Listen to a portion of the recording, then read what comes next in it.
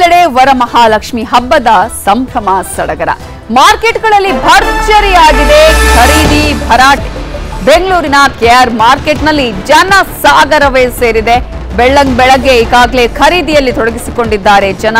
ಒಂದ್ ಕಡೆ ವರಮಹಾಲಕ್ಷ್ಮಿ ಹಬ್ಬದ ಸಂಭ್ರಮ ಸಡಗರ ಮನೆ ಮಾಡಿದ್ರೆ, ಮತ್ತೊಂದು ಕಡೆ ಖರೀದಿ ಭರಾಟೆ ಕೂಡ ಅಷ್ಟೇ ಜೋರಾಗಿ ಸಾಗಿದೆ. ಹೂವಿನ ವ್ಯಾಪಾರಿಗಳು ಗ್ರಾಹಕರಿಂದ ಕೆಆರ್ ಮಾರ್ಕೆಟ್ ಭರ್ತಿಯಾಗಿದೆ.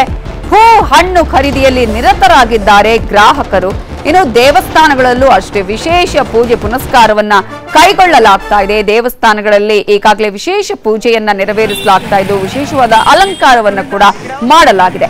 ಬನಶಂಕರಿ ದೇವಿಯನ್ನ ಈಗಾಗಲೇ 100, 200, 10, 20, 50 ರೂಪಾಯಿ ನೋಟುಗಳಿಂದ ಅಲಂಕಾರ ಮಾಡಲಾಗಿದೆ. ಮುಂಜಾನೆಯಿಂದಲೇ ದೇವರ ದರ್ಶನಕ್ಕೆ ಬರ್ತಿದ್ದಾರೆ ಭಕ್ತರು.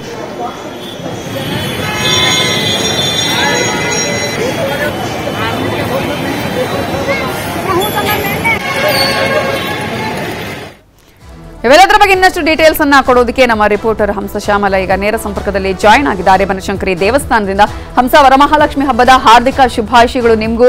ಅದೇ ರೀತಿಯಾಗಿ ಯಾವ ರೀತಿಯಾಗಿ ಬನಶಂಕರಿ ದೇವಸ್ಥಾನದಲ್ಲಿ ವಿಶೇಷ ಪೂಜೆ ಪುನಸ್ಕಾರಗಳನ್ನು ಕೈಗೊಳ್ಳಲಾಗಿದೆ, ಭಕ್ತ ಸಾಗರ ಹೇಗಿದೆ? ನಿಮಗೂ ಕೂಡ ವರಮಹಾಲಕ್ಷ್ಮಿ ಹಬ್ಬದ ಶುಭಾಶಯಗಳು ನವಿತಾ. ಈಗಾಗಲೇ ನೋಡ್ಬೋದು, ಮುಂಜಾನೆಯಿಂದಲೇ ನಗರದ ಅನೇಕ ಲಕ್ಷ್ಮೀ ದೇಗುಲಗಳಲ್ಲಿ ಹಾಗೂ ಎಲ್ಲ ದೇವಾಲಯಗಳಲ್ಲೂ ಕೂಡ ಒಂದು ವಿಶೇಷ ಪೂಜೆ ಪುನಸ್ಕಾರವನ್ನ ಮಾಡಲಾಗ್ತಿರುವಂಥದ್ದು. ಸದ್ಯಕ್ಕೆ ನಾನೀಗ ಬನಶಂಕರಿ ದೇಗುಲದಲ್ಲಿದ್ದೀನಿ.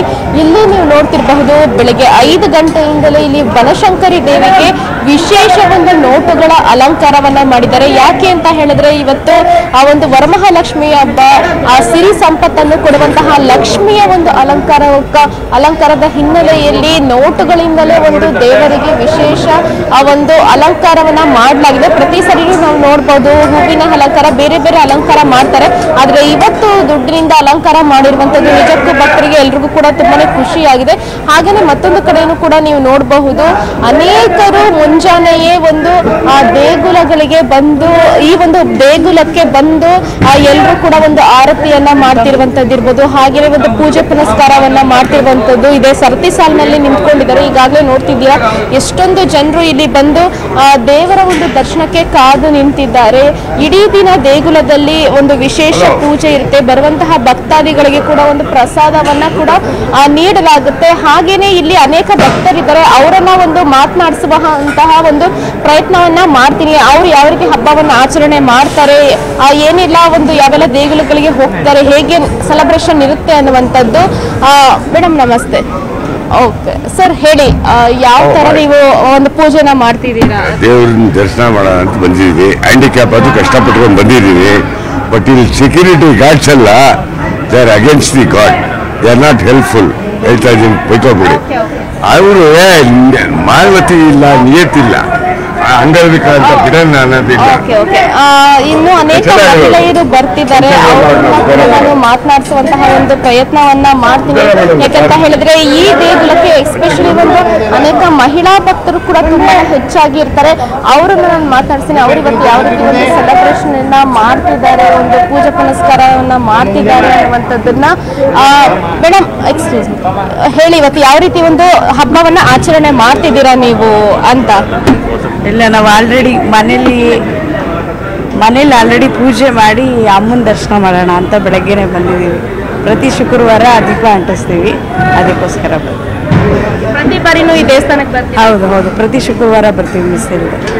ಇವತ್ತು ನೋಟಿನಿಂದ ಅಲಂಕಾರ ಮಾಡಿದ್ದಾರೆ ದೇವರಿಗೆ, ತುಂಬ ಚೆನ್ನಾಗಿದೆ, ತುಂಬ ಚೆನ್ನಾಗಿದೆ. ಹೇಳಿ, ಯಾವ ರೀತಿ ಹಬ್ಬವನ್ನು ಸೆಲೆಬ್ರೇಟ್ ಮಾಡ್ತಿದ್ದೀರಾ?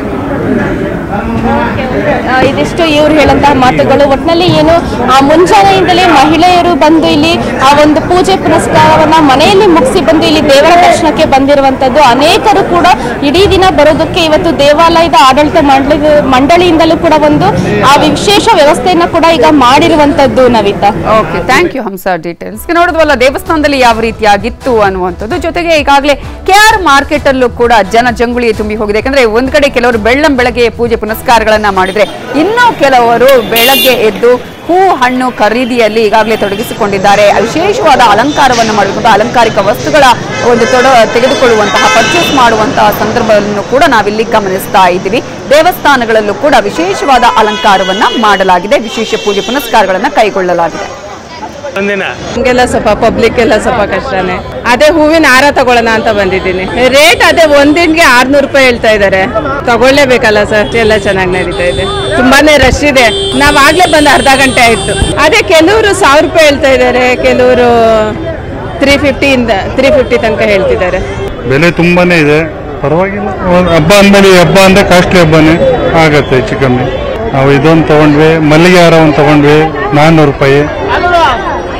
ತಾವರೆ ಹೂವು ಮತ್ತೆ ಡೇರೆ ಹೂವು ಇಷ್ಟು ತಗೊಂಡ್ವಿ. ತುಂಬಾ ಜಾಸ್ತಿ. ಬೇರೆ ಕಡೆ ಟ್ಯಾಲಿ ಮಾಡಿದ್ರೆ ಪರವಾಗಿಲ್ಲ. ಇಲ್ಲಿ ರೇಟ್ಗಳು ಒಂದು ಮಧ್ಯಂತರವಾಗಿ ಇದೆ, ಅಂತ ಜಾಸ್ತಿನೂ ಇಲ್ಲ ಅಂತ ಕಡಿಮೆನೂ ಇಲ್ಲ. ಹೀಗಾಗಿ ಇದು ಕೊಳ್ಳಬಹುದಾದಂತ ರೇಟ್ನಲ್ಲೇ ಎಲ್ಲ ಮಾಡ್ತಾ ಇದ್ದಾರೆ. ಎಲ್ಲರಿಗೂ